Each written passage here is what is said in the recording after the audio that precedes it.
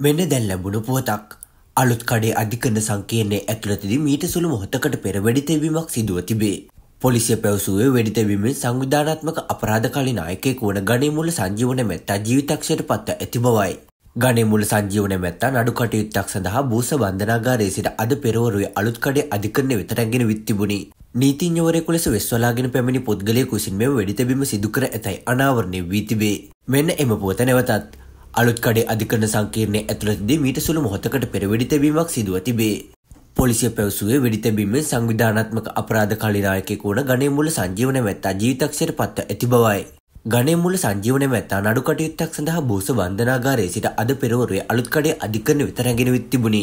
නීතිඥවරයෙකු ලෙස වෙස්වලාගෙන පැමිණි පුද්ගලයෙකු විසින් වෙඩි තැබීම සිදු කර ඇතැයි අනාවරණය වී තිබේ.